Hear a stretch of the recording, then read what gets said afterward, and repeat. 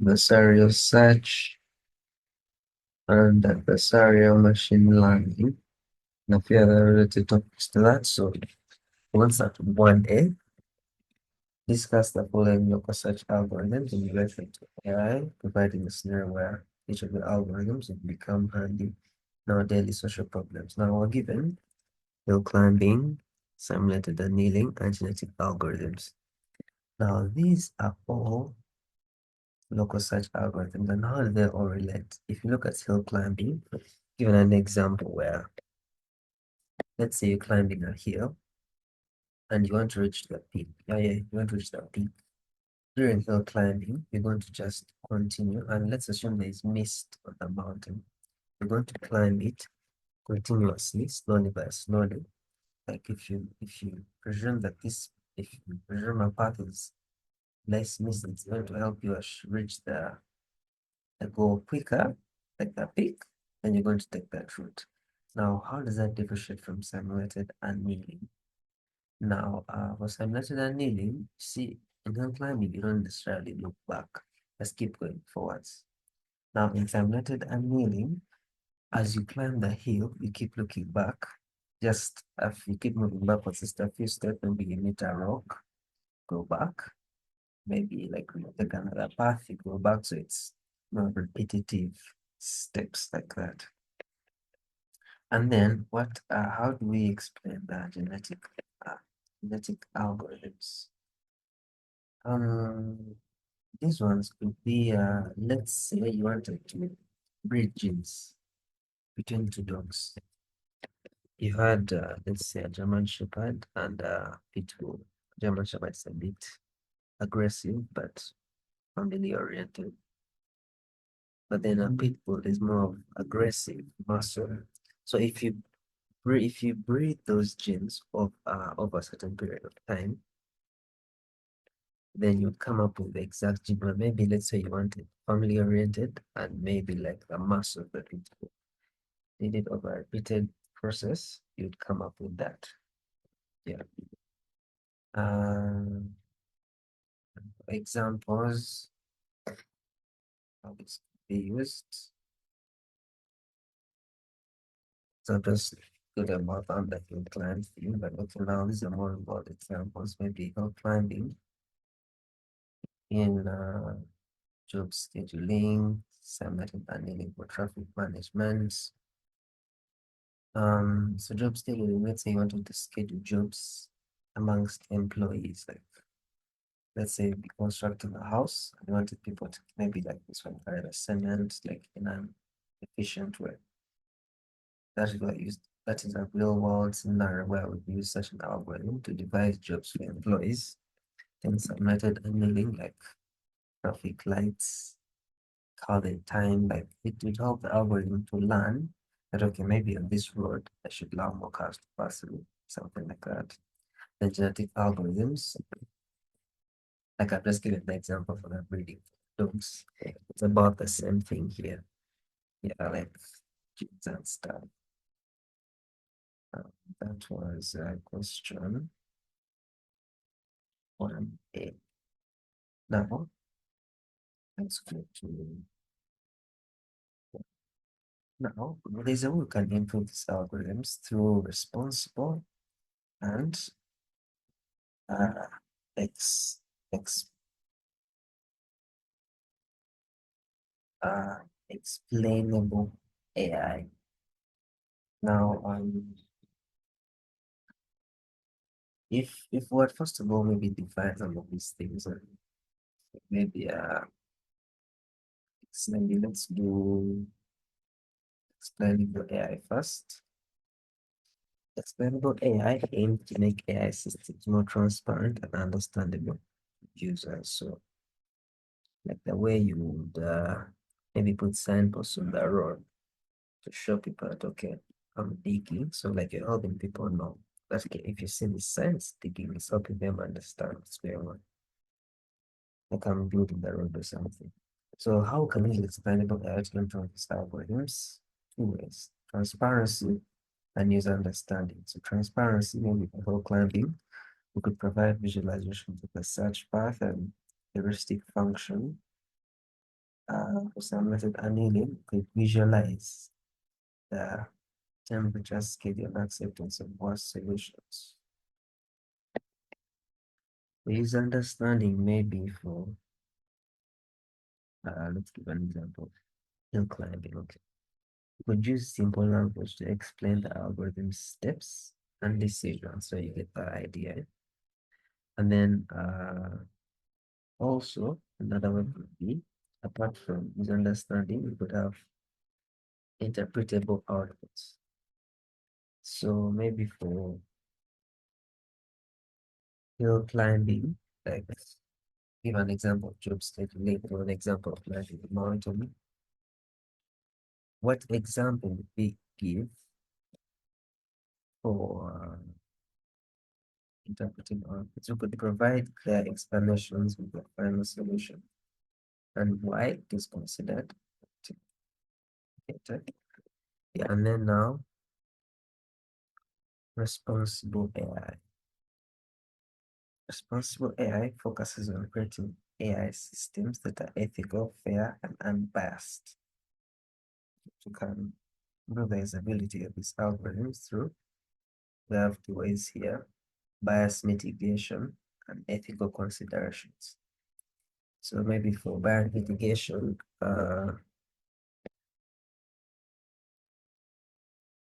have for hill climbing, ensure the initial condition. We could ensure that the initial conditions and heuristic functions do not favor certain outcomes unfairly. We'd regularly audit the algorithm's performance to detect and correct biases. Yeah. Ethical considerations for climbing again. How we do that is we would ensure that the optimization goals align with ethical standards such as fairness and job scheduling. For learning, we consider the broader impact of traffic management solutions on different communities. You get the point.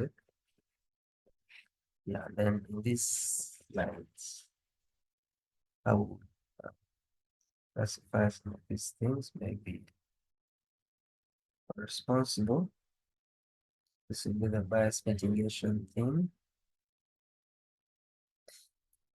This first one. Then the ethical considerations. This will be the heuristic algorithm fairness, then explainable transparency, and his understanding will be building trust with stakeholders. So it's about it for that one. Now, what is adversarial search? This is a type of search algorithm used in AI to find optimal strategies in competitive environments where multiple agents have conflicting goals. So, what's a competitive environment? That's me. Like imagine students studying. How we could use something like this is to create an algorithm that helps students create study plans for exams in an optimal way, where the algorithm would anticipate what reading and maybe like giving a timetable for discussion or something like that. And then also sports strategy punishment development. We could use this to develop game strategies.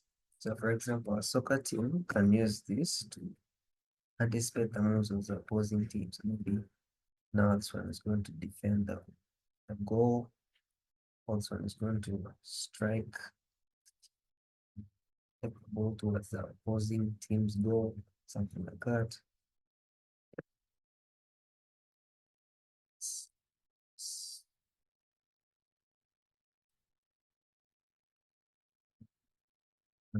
The examples we're going to discuss the minimax and the expected min-max algorithms as an adversarial search.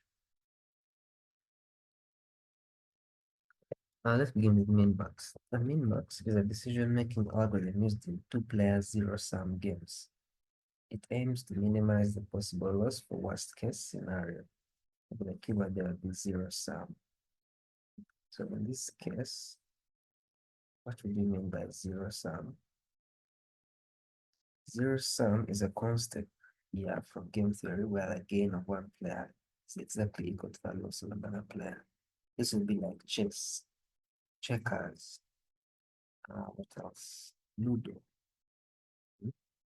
those things like that.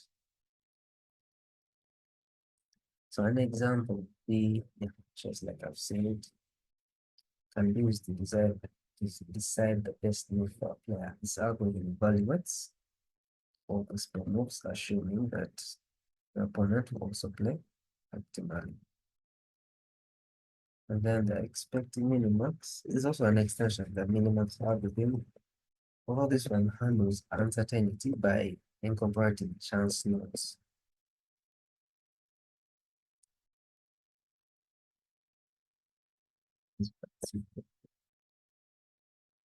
It is used in games that involve elements of chance, such as dice rolls, also card draws. Yeah,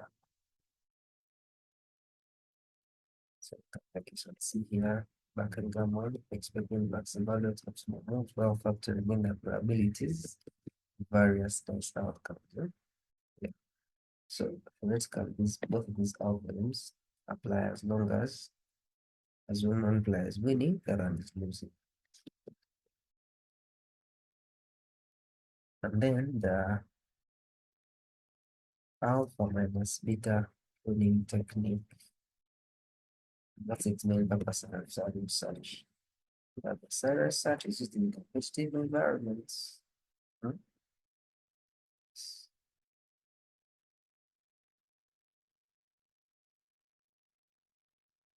How this technique be useful?